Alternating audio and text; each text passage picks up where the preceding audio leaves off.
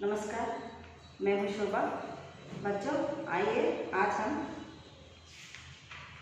9वीं कक्षा के गद्य पद्य पाठ अनुशासन ही शासन इस कविता के बारे में जानकारी प्राप्त करेंगे।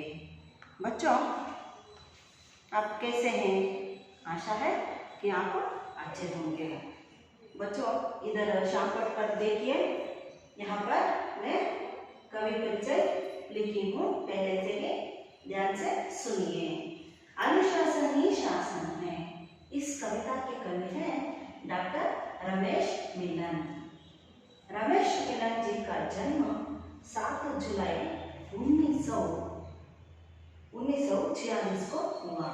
रमेश मिलन जी का जन्म 7 जुलाई 1946 को हुआ।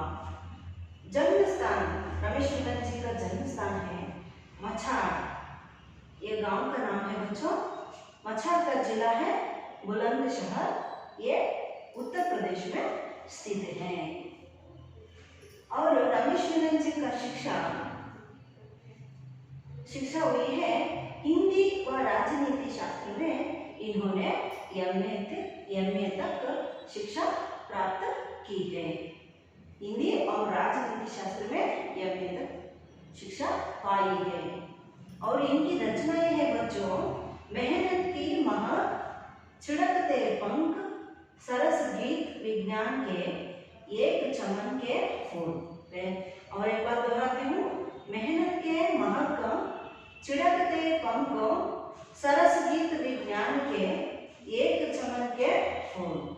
बच्चों, इनकी सोने की मछली कविता संग्रह एनसीईआरटी द्वारा पुरस्कृत है। और प्रस्तुत कविता को कोकिल कंठ सलोने गीत इससे लिया गया है। बच्चों, प्रस्तुत कविता को कोकिल कंठ सलोने गीत इससे लिया गया है। बच्चों, आइए अब हम इस कविता के शब्दार्थ के बाद आशय के बारे में जानेंगे। आप सबके पास किताब है ना बच्चों? अपने आप किताब को खोलिए और किताब में भी है, देखिए बच्चों। आशय है, लाल हरी पीली बत्ती ये ट्रैफिक के संकेत। यहाँ पर लिखी है, देखिए, लाल हरी पीली बत्ती ये ट्रैफिक के संकेत। चलो हरी पर, रुको लाल पर, पीली कर सचेत सड़क पर, जीब्रा क्रॉसिंग पर। बच्चों, यहाँ पर कवि कहते हैं लाल हरी पीली बत्ती ये तीनों ट्रैफिक के संकेत हैं। विशेषकर बच्चों के लिए बच्चों, ये कविता लाल हरी पीली बत्ती ये ट्रैफिक के संकेत है। हरी पर चलना चाहिए, लाल पर रुकना चाहिए और पीले पर सचेत होकर खड़े रहना चाहिए। और सड़क पार करते समय जीब्रा क्रॉसिंग करके चलना चाहिए। मालूम हो गया इस कविता का आशय। अब इस कविता के शब्दार्थ को देखेंगे बच्चों। इस कविता के शब्दार्थ को अब हम देखेंगे। शब्दार्थ को मैं यहाँ पर लिख के समझाती हूँ। शब्दार्थ,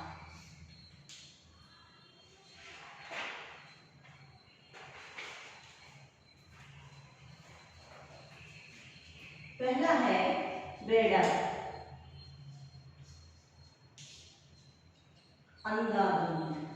क्या है? अंधाधुंध, अंधाधुंध। बांड जोड़ना, दूसरा, बांड जोड़ना। इसका अर्थ है प्रतीक्षा करना। क्या है? प्रतीक्षा करना। तीसरा गम, गम का अर्थ है दुख। क्या है? दुख। चौथा सौगात, सौगात का अर्थ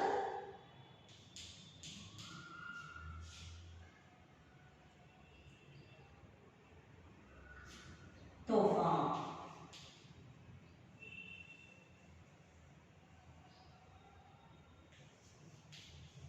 बेट,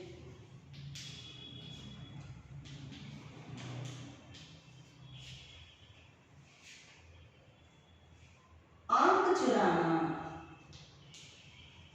आंख चुराना।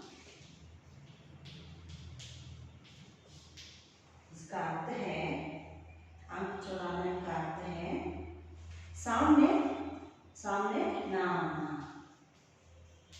सामने ना आना। फौरन, फौरन का अर्थ है तुरंत। क्या है? तुरंत। अनमोल, अनमोल का अर्थ अमूल, अमूल। क्या है? अमूल। चौराहा, सर्कल कहते हैं ना आपको, ये चौराहा। क्या है सर्कल का अर्थ यहाँ पर?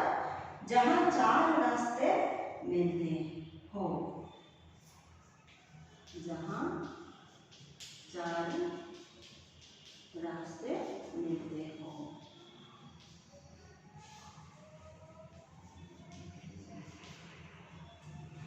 चार रास्ते मिलने की जगह को ही क्या कहते हैं? चौराहा यानी सर्कल कहते हैं। बच्चों आइए एक बार शब्दार्थ को मैं यहाँ पर पढ़ूंगी, सुनिए। बेड़क अमदादुन, बांट जोगना प्रतीक्षा करना, गम दुख शोक, सौगात तोहफा भेंट।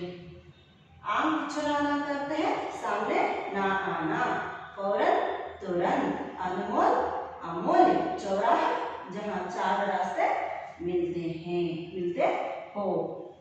आपको मालूम हो गया इस कविता का शब्दार्थ। अब आगे बढ़ेंगे। इस कविता को मैं कविता का सस्वर वाचन करूंगी, आपको ध्यान से सुनिए बच्चों।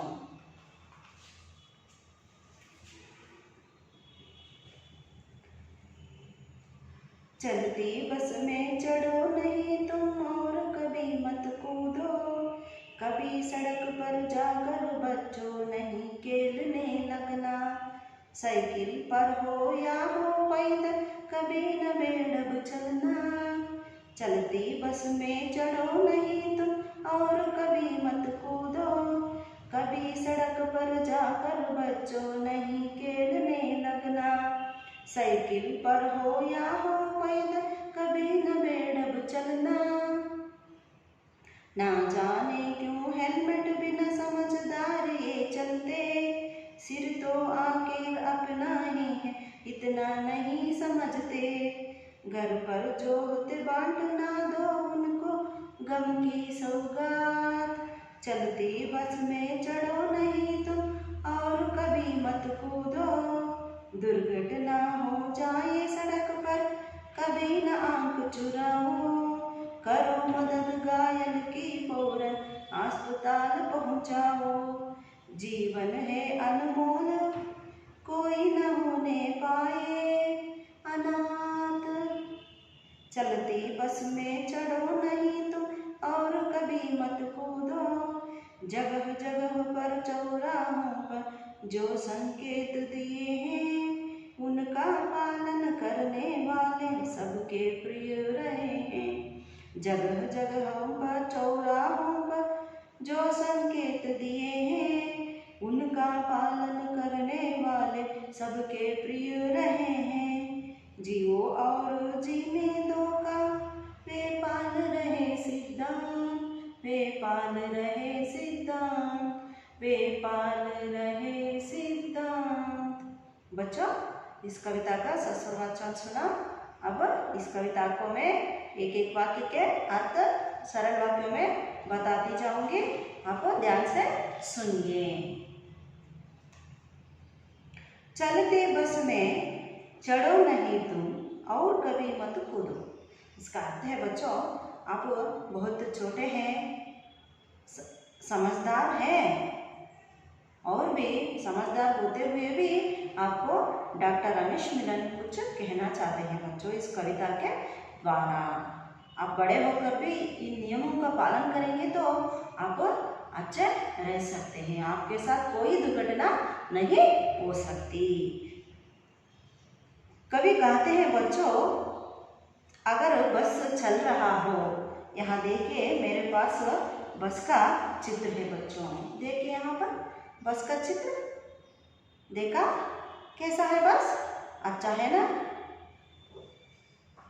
चलती बस में चढ़ो नहीं तुम, अगर कोई बस चल रहा हो तो हमें क्या करना चाहिए, बस रुकने के बाद उस बस में चढ़ना चाहिए। कुछ लोग क्या करते हैं आपको मालूम है, आप तो हर दिन देखते रहते हैं बच्चों, बस चलता रहता है तो लोग क्या करते हैं उस चलने वाले बस पर चढ़ जाते हैं, तो क्या हो जाता है, कोई दुर्घटना हो जाता है, नहीं तो कुछ नहीं होता, डर के मारे भी कुछ दुर्घटना हो जाता है चलने वाले बस के साथ चढ़ने पर। और कवि कहते हैं चलती बस से कभी मत कूदना चाहिए, मालूम हो गया आपको। कभी सड़क पर जाकर बच्चों नहीं खेलने लगना, अगर आपको सड़क पार करना है तो सावधान होकर सड़क पार करना चाहिए। छोटे बच्चे होते हैं ना, वो क्या करते हैं सड़क पर आकर खेलने लगते हैं, इससे क्या हो जाता है, कोई दुर्घटना हो सकता है, नहीं तो छोटा मोटा गांव भी हो सकता है। इसलिए कवि कहते हैं बच्चों को कभी भी सड़क पर नहीं आकर खेलना चाहिए, मैदान में नहीं तो अपने घर में खेलना चाहिए। साइकिल पर हो या हो पैदल कभी न बेढब चलना, साइकिल पर कुछ लोग साइकिल पर चलते हैं, नहीं तो पैदल चलते हैं, मोटर गाड़ी में चलते हैं, है ना। वैसे ही अगर हम साइकिल हो या पैदल हो तो चलते रहे हैं तो हमें अंधाधुंध बनकर नहीं चलना चाहिए, आंख मूंद कर नहीं चलना चाहिए। इसका अर्थ है बच्चों, अगर हम चल रहे हैं तो हमें रास्ते के आर पार दोनों ओर देखना, चारों ओर देखना चाहिए, कौन सा गाड़ी इधर आ रहा है, मुझे कैसा चलना चाहिए, क्या हो सकता है, इसके बारे में ही सोचना चाहिए। मोबाइल हाथ में लिए आप सड़क पार करेंगे तो क्या हो जाता है, क्या हो जाता है बोलिए, हाँ सही सोचा आपने, दुर्घटना एक्सीडेंट हो सकता है। आजकल तो ये हर तरफ दिखाई देने लगा है बच्चों, बस में देखे तो छोटा बच्चा भी मोबाइल देख रहा होता है बच्चों। और कवि कहते हैं ना जाने क्यों हेलमेट बिना समझदार ये चलते, अगर आपके घर में आपके भैया हो या बाप हो, पिता हो, तो वे क्या करते हैं हेलमेट के बिना ही चलते हैं, स्कूटर में हेलमेट के बिना चलते हैं। इससे क्या होता है आपको मालूम है बच्चों, हाँ सही बोला आपने, दुर्घटना हो सकता है। ना जाने क्यों हेलमेट बिना समझदार ये चलते, समझदार होकर, ये पढ़े लिखे होकर, सब कुछ टीवी में देख कर भी हम लोग क्या करते हैं, कुछ कभी कभार हेलमेट के बिना चल पड़ते हैं। इससे क्या होता है, सिर तो अपना है पर सिर अपना है इतना नहीं समझते, घर पर जोते बंट हम अब कुछ लोग आपके पिता वाली जब नौकरी के लिए स्कूटर में चले जाते हैं तो घर के लोग क्या समझते हैं, हाँ मेरा बेटा स्कूटर में चला गया है, काम खत्म करके वापस सुरक्षित आ जाएगा, ऐसा विचार करते रहे होंगे, हमारा निरीक्षण करते रहे होंगे। तब हम कुछ दुर्घटना हो जाए तो हमारे साथ उन्हें क्या होता है, घर वालों को दुख होता है, बहुत ही दुख होता है। उन घर वालों को दुख देने की हमें कोई क्या, हमारा कोई काम नहीं है, घर वालों को हमें खुश रखना चाहिए बच्चों। अगर आपके घर में आपके भैया कभी बाहर जा रहा हो तो आपका कर्तव्य है आपके भैया को हेलमेट देने का। देंगे ना आप सब? हाँ, अच्छे बच्चे हैं। हाँ, दुर्घटना हो जाए सड़क पर कभी ना आंख चुराओ। कवि कहते हैं अगर आप सड़क पार करते समय कुछ दुर्घटना हो जाए तो आपको क्या करना चाहिए? आंख चुरा कर नहीं आना चाहिए। दुर्घटना हो गया, हम क्या कर सकते हैं? वो तो उसकी नसीब है, ऐसा नहीं सोचना चाहिए बच्चों। हमें क्या करना चाहिए? करो मदद घायल की, फौरन अस्पताल पहुंचाओ। जो घायल हो चुके हैं उनकी मदद करना चाहिए, उनको पानी पिलाना चाहिए, तुरंत उन्हें अस्पताल ले जाना चाहिए। इससे क्या होता है? उनका जीवन बच सकता है। जीवन है अनमोल, कोई ना होने पाए अनाथ। जीवन ये भगवान का दिया हुआ जीवन है, ये अनमोल है, कोई भी अनाथ नहीं होना चाहिए। बच्चों, ये कवि का विचार है, मेरे भी विचार है बच्चों। जगह जगह पर चौराहों पर जो संकेत दिए हैं, सर्कल, चौराहों का अर्थ है बच्चों यहाँ पर सर्कल। जो सर्कलों पर जो संकेत दिए हैं उनका पालन हमें करना चाहिए, जरूर करना चाहिए। हमें उन संकेतों का पालन करना चाहिए। और कवि कहते हैं जो चौराहों पर संकेत दिए गए हैं उनका पालन करने वाले सबके प्रिय रहते हैं, प्रिय होते हैं। वो लोग दुर्घटना से बच जाते हैं। जीवो और जीने दो का वे पाल रहे सिद्धांत। वे लोग क्या सिद्धांत पाल रहे हैं आपको मालूम है बच्चों? हाँ, जीवो और जीने दो। आप भी जीवो और दूसरों को भी जीने दो, इस सिद्धांत का पालन कर रहे हैं। बच्चों, आपको इस कविता का अर्थ मालूम हो गया?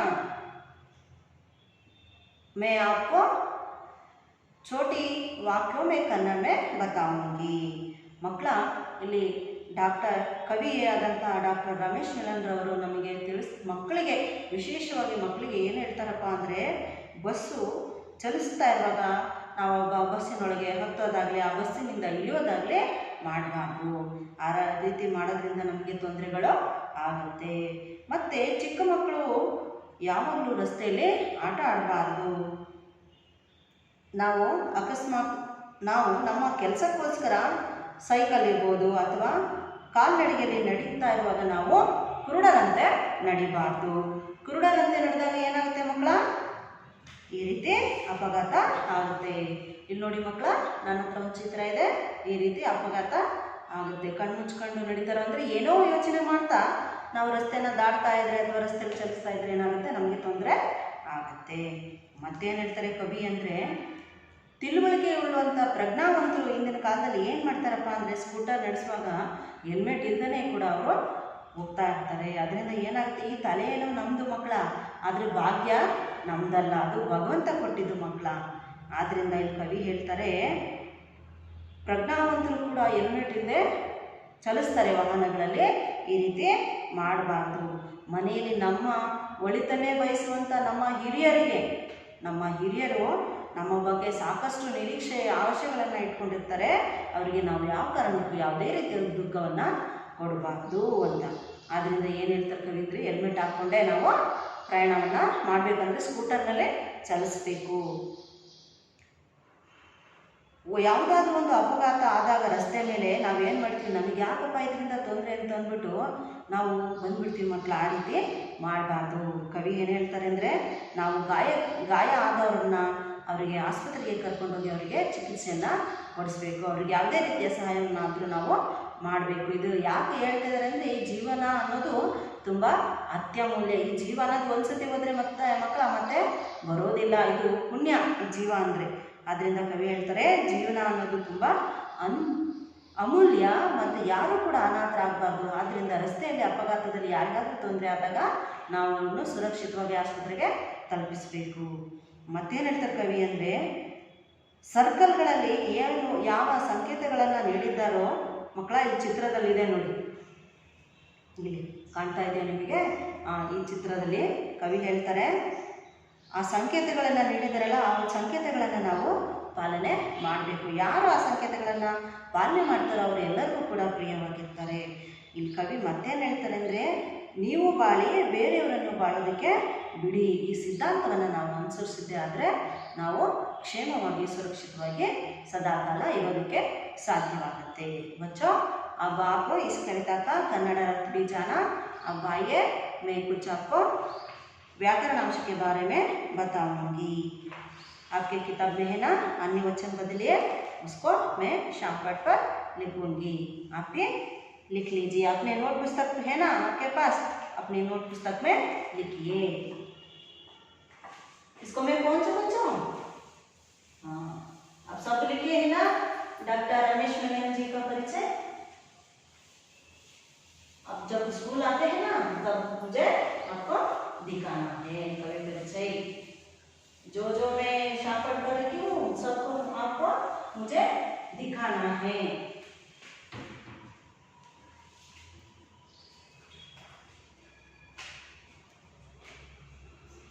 वचन बदलिए. क्या है? वचन बदलिए.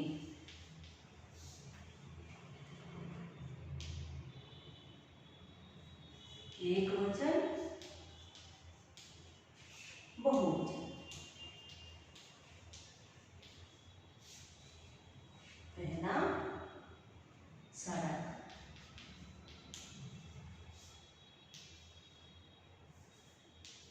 दूसरा साइकिल,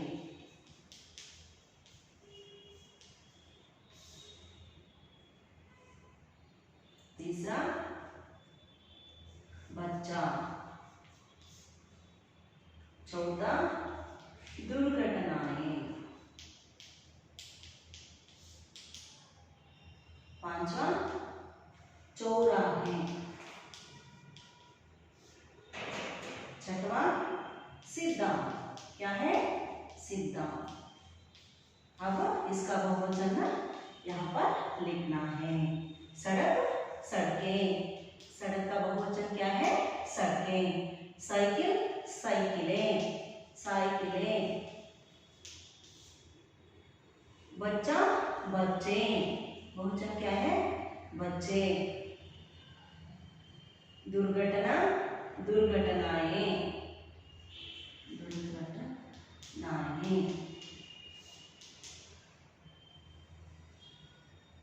चौराहा, चौराहे. सिद्धांत, सिद्धांत.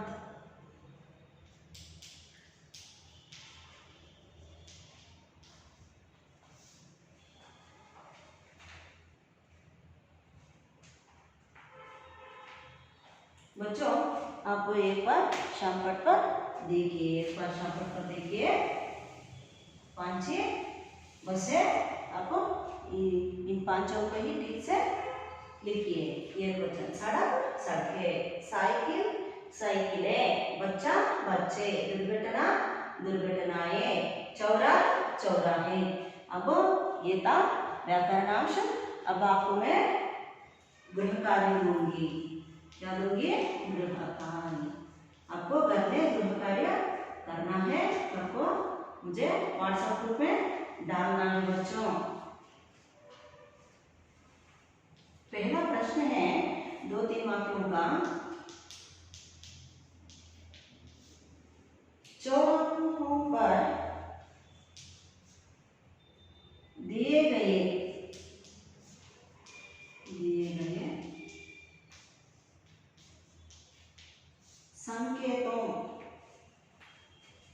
संकेतों को विस्तार से बताइए.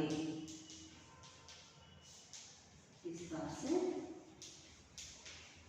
बताइए. चौराहों पर दिए गए संकेतों को विस्तार से बताना, बताइए. दूसरा है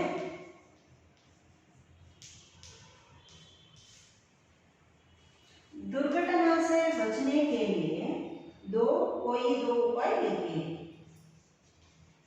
दुर्घटना से बचने के लिए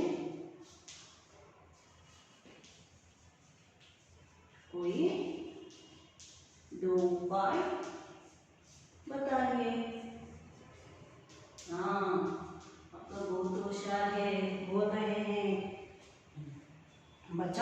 ये है गृह कार्य आपको करना है।